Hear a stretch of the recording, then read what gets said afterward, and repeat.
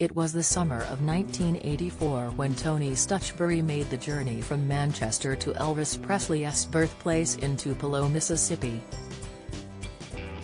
Finally, the superfan was going to meet the man behind the legend. Not the king of rock and roll himself, he had died 7 years earlier, but this Bengali who managed his every hip-swiveling move, Colonel Tom Parker. Then as now, history was unsure: was Kingmaker Parker a marketing genius? Or a scoundrel who worked his one and only client into an early grave? Parker was stamping autographs when Tony managed to sneak through a cordon and get a photo of him. Walking away, I heard him tell his security men, "Hey, close that gap. I don't want that happening again," recalls Tony, who went on to study the man for the next 30 years. "I got a sense of the shady genius that day. It fascinated me. For many, such encounters epitomize the Colonel." Years after Elvis' death, he was still making a living off his talent. Their codependent relationship is the cornerstone of Elvis, the new biopic by director Baz Luhrmann, which hits cinemas on Friday. Upcoming Austin Butler is in the title role, with Hollywood heavyweight Tom Hanks as Parker. To some, the puppet master's story is even greater than that of his star. "It was a very complicated relationship," says biographer Alana Nash. "At the very least, Parker saw himself as on equal par as his star. And he made more money from Elvis than Elvis did." Born Andreas van Kalk in Breda, Holland, in June 1909, he was the seventh child of a delivery driver and housewife. In 1929, at 20, he arrived in the U.S. as an illegal immigrant. The day he disappeared, a newlywed woman was found bludgeoned to death in his town, in a robbery gone wrong. There is no suggestion he was involved, but Alana says, whatever happened that made him leave was of a very grave nature. In the U.S., he joined the circus as a pitchman, before serving in the U.S. Army for 2 years as Tom Parker. He was discharged when a psychiatrist certified him as a psychopath. He returned to the carnival, then made the jump into music promotion. It was only in 1948, after overseeing a campaign for singer Jimmy Davis to be governor of Louisiana, that he was given the honorary title Colonel. Parker switched to talent management and in 1955 met a hot new 20-year-old with a voice to die for. Elvis was essentially a regional star, managed by Bob Nielsen, says Alana. "I don't believe he'd have become a true superstar without the Colonel, who had much greater influence." Parker also had the ruthlessness.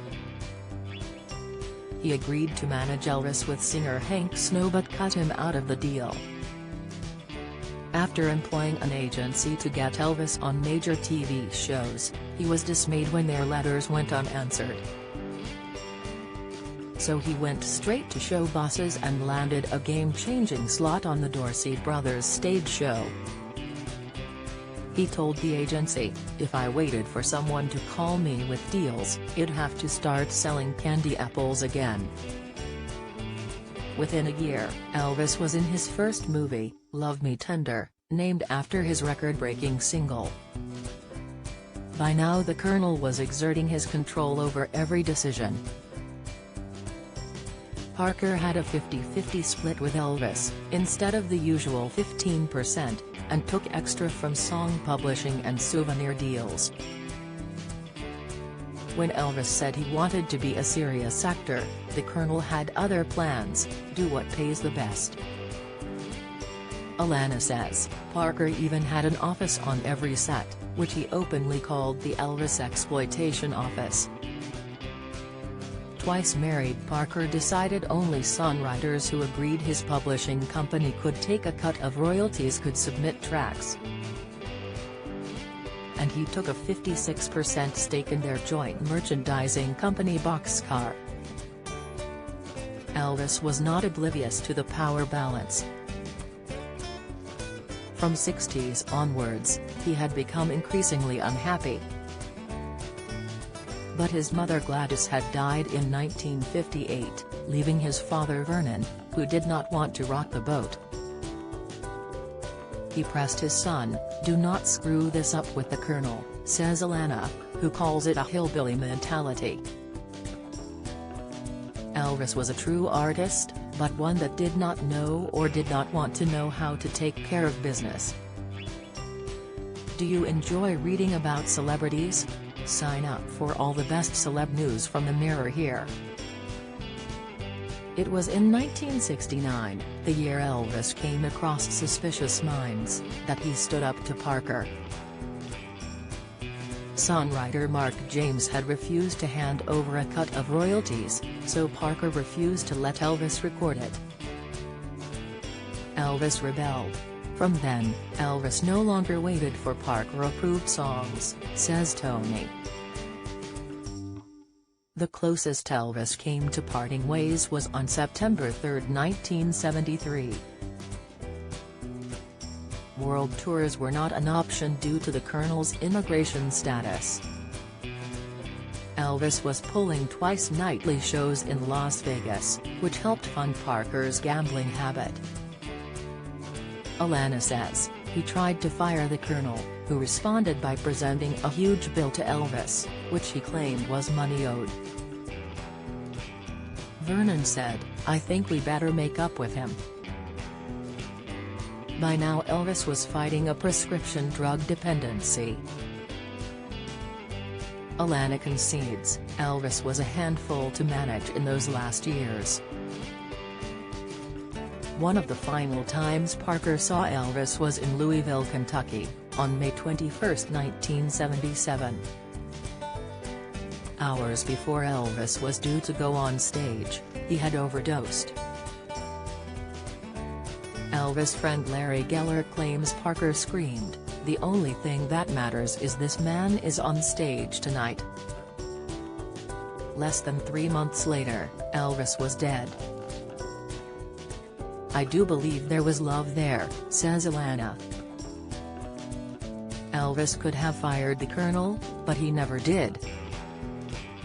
He kept Elvis' star at the top of the heap. Tony agrees. He even claims the decision to do commercial films in the '60s protected Elvis from Beatlemania, saying, "He was a manipulative genius." Parker died from a stroke aged 87 in 1994, and Priscilla Presley gave the eulogy, joking about his savviness. But it is perhaps Tom Hanks who best answers the big question, saying, "He's both a scoundrel and genius."